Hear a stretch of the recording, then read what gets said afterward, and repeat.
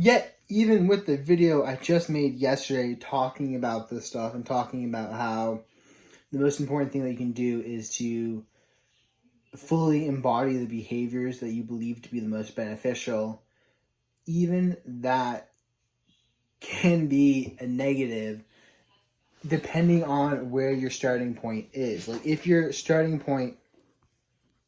Oh, that's chalk from rock climbing. If your starting point is being an introvert, is locked away playing Minecraft all day on their computer, never going out or seeing any other thing that life has to offer. I mean, I guess I could hope that you eventually have an intuition that you would have to go outside, and then you could reconsider your beliefs, which would then allow you to open up your mind and see other ways of life. But even with what I was saying, like,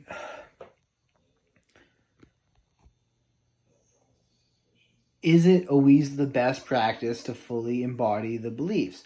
And if does like sometimes allowing yourself to like experiment with other belief systems or other ways of living in order to see what is the most beneficial, is that like a universal belief that you must have, and then you can build off the other beliefs?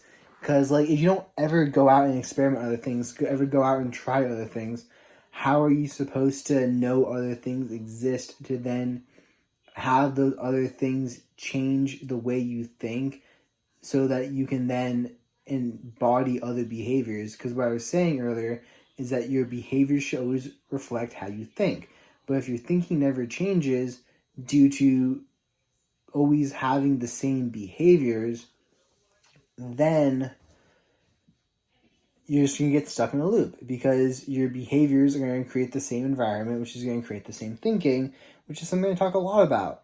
So I'm not like, I think this system could work if you add the caveat of trying out other people's systems and a certain degree of like you have to add a certain degree of randomness in it. It's this rigidity that I find myself drawn to, which is why I made a video talking about, I just call it like something like my autism.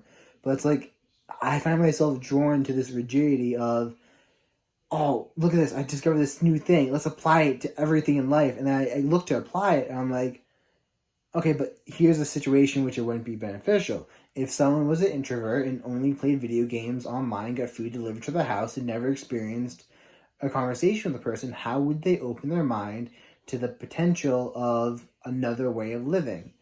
They couldn't. So you have to have some degree of change built into the system in order to allow for optimization to take place, or else you would never know of another way of existing. For some reason, the idea of Nazism is popping into my head, and if you were born into Nazism and you never experienced any other way, and you just thought that was like the way of life, like it's obviously horrible and racism is bad, but like I can't advise someone like. Would you advise someone in that situation to live out their beliefs as fully as they can and embody them? I mean, like, that obviously seems like the wrong thing to do, especially if they never have any other way of, like, if their belief system in itself prevents them from interacting with others, such as, like, insane national pride or insane racism or being an introvert, if your belief system never allows you to interact with other people, then it can't be that good of a belief system because it's never getting held up against others or measured against others in order to move it along or progress it or challenge it naturally as belief systems should be challenged. So, I mean, you might have to add like a caveat to you should act out your beliefs as thoroughly as you can while being open to and looking for other beliefs that would allow you to upgrade your current system. I think that puts it as best I can, which I'm then just going to use to rigidly apply to everything in my life.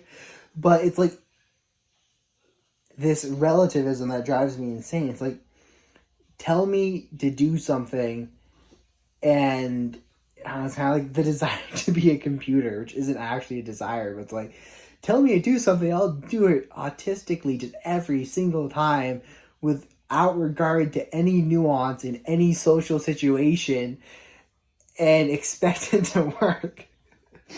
It doesn't. It really doesn't, which is why, I don't know, never been tested. I'm not actually sure if I'm autistic. I don't think I am. But I call it my autism because it's like a side of me of like wanting to rigidly apply this stuff to everything in every social situation I'm in and completely disregard nuance, which is why like rereading the same books over and over again I find beneficial, because I don't always ask myself, what about this situation could have caused this character to say what he said in respect to what he was trying to get out of it versus what someone else was trying to get out of it.